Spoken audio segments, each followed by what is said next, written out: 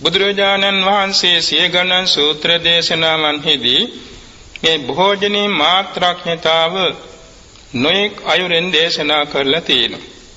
මේ ගාථා දෙකෙන් සඳහන් වෙන්නේ එක් පිළිවෙතක්.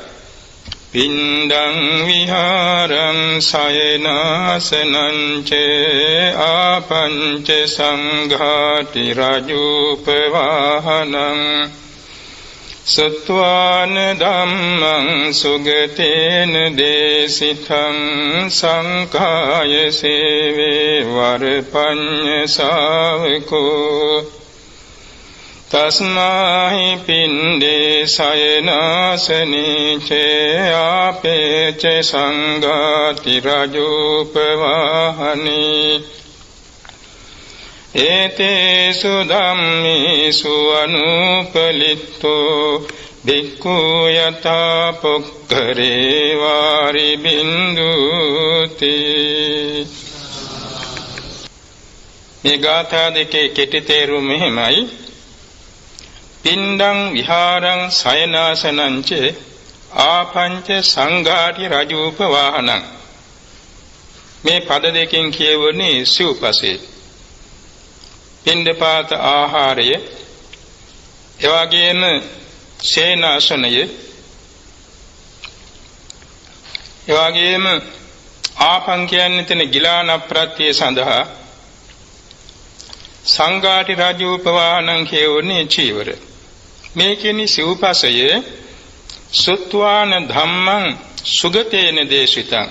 සුගතයන් වහන්සේ විසින් දේශනා කරන ලද ශ්‍රී සද්ධර්මයේ අසා සංඛාය සේවේ වරපඤ්ඤ ශාවකෝ. උසස් ප්‍රඥාවන්ත ශ්‍රාවකයන් වහන්සේ නුවණින් සලකාගෙන පරිභෝග කටයුතුය. මේකයි මේ ගාථාවේ පළවෙනි ගාථාවේ අදහස.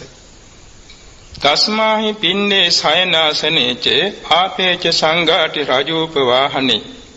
මේ කියන්නේ පින්ඩපාත, සේනාසන, ගිලාන ප්‍රත්‍ය චීවර කියන සිව්පසයෙහි ඒතේසු ධම්මේසු අනුපලිත්තෝ.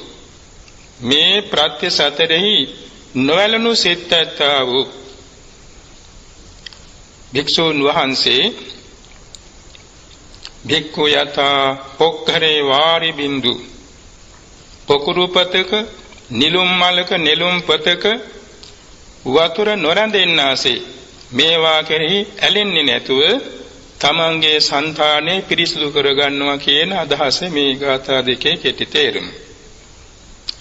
කවුරුත් අහලා ඇති සර්වඥ පරිනිර්වාණින් පසුව සැබෑ ධර්මදීපයක් බවට පත් වූ ශ්‍රී ලංකාවේ නික්ලේශී මහා රහතන් වහන්සේලා බහුලව ගණන්පතේ ඉක්මවා සිටි කාලයේදී ලංකාව භෝජන සත්ප්‍රාය, ඍතු සත්ප්‍රාය, පුජ්‍යල සත්ප්‍රාය, ධර්ම ශ්‍රවණ සත්ප්‍රාය කියන සත්ප්‍රාය ධර්මයන්ගෙන් පරිපූර්ණව පවත්නා කාලයේ සංඝරක්කිත කියන මහා රහතන් වහන්සේගේ අතවැසි භාගිනේය සංඝරක්කිත නමින් දැන තේරෙන සාමණේර නමක් වැඩ හිටියා. මේ සාමණේරයන් වහන්සේත් සමග රහතන් වහන්සේ උදෑසන වත් පිළිවෙත් නිමවා මානසිකාරීන් කියන්නේ කමඨහණින් යුතුව පින්ඩපාතේ වැඩියා.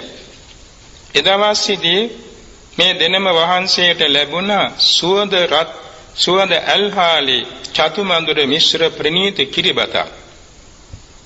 මේ පින්ඩපාත දානේ පිළිගෙන ආසන ශාලාවට වැඩම කරවලා වළඳන්න සූදානම් වූ වෙලාවේ රහතන් වහන්සේ මේ සාමණේර නමට දැඩි ආවාදයක් දුන්නා.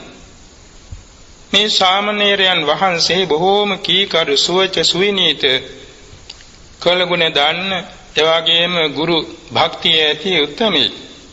උන්වහන්සේ කොයි වෙලාවකවත් තමන්ගේ සිත අපිරිසුදු වෙන විදිහට සිටිවිල්ලක්වත් හිතන්නේ නැති තරම් භාවනාවට පුරුදු කරපු කෙනෙක්. ඒ සාමණේරයන් වහන්සේට උපාධ්‍යයන් වහන්සේ උපදෙස් දෙනවා දැඩිසේ මා හේවත්වන් සාමණේර ජීවහං ධාපේසි අසඤ්ඤතු. සාමණේරය ඔබ අසංවරව මේ ප්‍රණීත ආහාරයේ වළඳලා දිව දවා නොගත යුතුයි. දිව පුච්චා ගන්න එපා කිව්වා. මේක ගැඹුරු දැඩි ආවාදයක් වුණා. මේක දිව පුච්චා ගන්නවා කියන්නේ මේ ආහාරයෙන් නිවිච්ච ආහාරයක්. ප්‍රණීත වුණාට නිවිලා තියෙන්නේ. නමුත් මෙහිදී මේකට තණ්හා දිට්ඨි මාන උපදවාගෙන මනසිකාරයෙන් තොරව මාත්‍රාඥතාවෙන් තොරව ප්‍රත්‍යවේක්ෂාවෙන් තොරව වැළඳුවොත් ඒ ආහාර තෘෂ්ණාව නිසා මතුමත්යේ මිච්ඡා ආජීවයට වැටෙනවා. මිච්ඡා ආජීවයට වැටීම නිසා නොයෙක් අකුසලයන් සිද්ධ වෙනවා. ඒ හේතුවෙන් නිවන් ගමන බාධා වෙලා සතර අපායට වැටෙනවා. අටමහා නරකයට පවා වැටෙන අකුසල සිදු වෙන්න පුළුවන්. එහිදී ලෝගුලි ගිලින්න වෙනවා. ඒ ලෝගුලි කියන්නේ දැඩිසේ රත් වූ කැකෑරුණු ගිනි අඟුරු වැනි ලෝගුලි.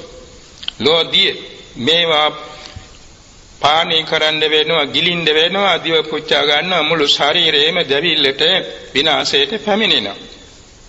ඒ දීර්ඝ හේතු ඵල පරම්පරාව සම්බන්ධ කරලා මේ කෙටි වචනේ ප්‍රකාශ කෙලි. මේ ශාමණේරයන් වහන්සේ සෑම දවසේම භෝජනේ මාත්‍රාඥතාව මනවින් අනුගමනය කරනවා. භෝජනේ මාත්‍රාඥතාව පටිඝාන මත්ඤ්‍යතා පරිභෝග මත්ඤ්‍යතා කියන දෙආකාරයෙන් උන්වහන්සේ මත්ඤ්‍යතා පුරුදු කරනවා. පිළිගැනීමේදී ප්‍රත්‍යවේක්ෂාවෙන් පිළිගන්නවා.